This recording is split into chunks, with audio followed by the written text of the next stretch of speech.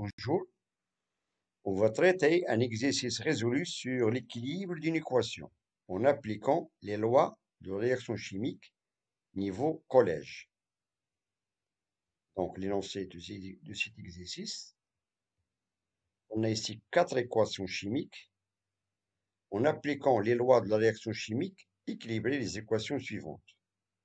La première équation sur le fer plus le deuxième réactif va nous donner le sulfure de fer. Deuxième équation, l'aluminium plus le deuxième réactif, qui est inconnu, forme l'alumine, Al2O3, plus le dihydrogène. La troisième équation, le dichlore plus le deuxième réactif, va nous donner le chlorométhane plus le chlorure d'hydrogène. Et la dernière équation, le butane, C4H10, elle est avec le dioxygène, c'est une combustion du butane, c'est une combustion complète, forme le dioxyde de carbone plus l'eau. Bien. Donc, on va commencer par la première équation, c'est-à-dire le fer plus deuxième réactif forme le sulfure de fer. D'après les lois de la réaction chimique, donc il faut que dans les réactifs, on doit avoir les mêmes éléments que dans les produits, en genre et en nombre. Cela veut dire que la masse des réactifs est égale à la masse des produits. Et on peut constater ici que dans les produits, on a deux éléments différents, le fer et le soufre. Par contre, dans le premier membre, on a tout simplement le fer. Cela veut dire que le deuxième réactif, c'est tout simplement le soufre. Et on peut remarquer qu'on a un seul atome de fer dans les deux membres, dans le premier membre et dans le deuxième membre. Un seul atome de fer. De même pour le soufre, un seul atome de soufre et dans le deuxième membre. Cela veut dire que cette équation est équilibrée. Bien. Deuxième équation. C'est la réaction entre l'aluminium et le deuxième réactif. Ces deux réactifs, ils forment l'alumine, Al2O3, plus le dihydrogène. Donc, dans le premier membre, on peut constater seulement l'élément aluminium. Par contre, dans le deuxième membre, dans les produits, on a l'élément oxygène et l'élément hydrogène. Donc, comment peut-on trouver ces deux éléments? On peut le trouver dans la molécule d'eau. Cela veut dire que dans le premier membre, il nous manque la molécule d'eau. Bien. C'est-à-dire que l'eau, lorsqu'elle réagit avec l'aluminium, il va nous donner l'alumine plus le dégagement de dihydrogène. Donc, le deuxième réactif, c'est tout simplement l'eau. Et on peut vérifier est-ce qu'il y a conservation de masse, c'est-à-dire conservation du nombre d'éléments dans les deux membres. On a ici 2 Al, voilà. Dans les produits formés, on a 2 aluminium, 2 Al. Dans les réactifs, on a 3 fois 2, 6 atomes d'hydrogène.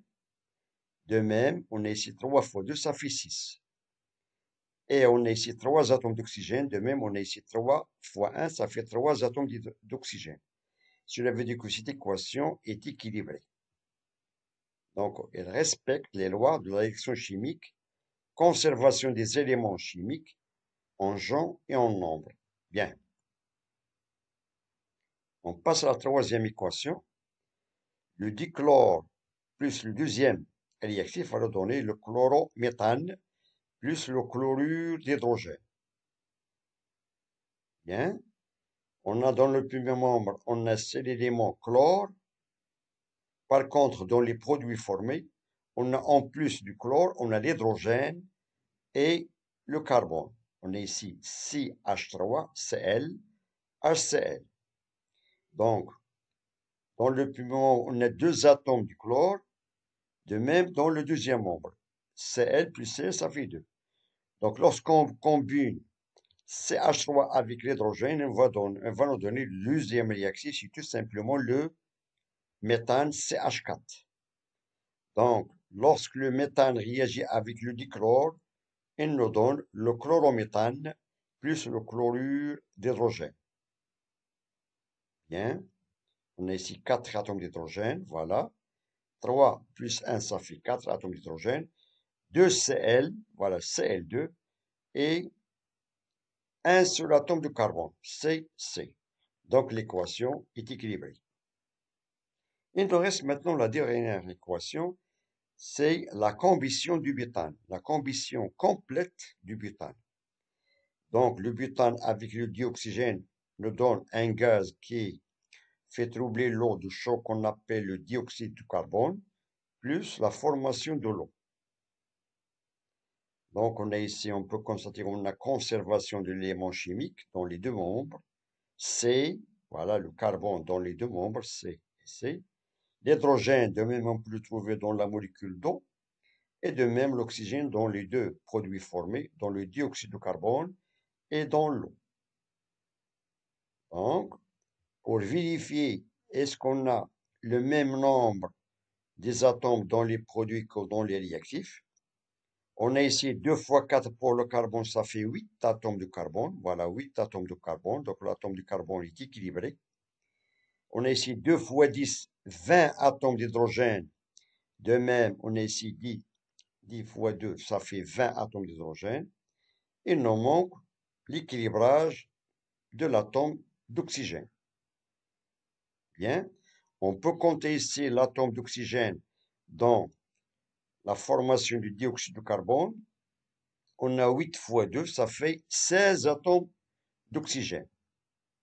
Plus 10 fois 1, ça fait 10 atomes d'oxygène. Donc en tout, dans les produits formés, on a 26 atomes d'oxygène.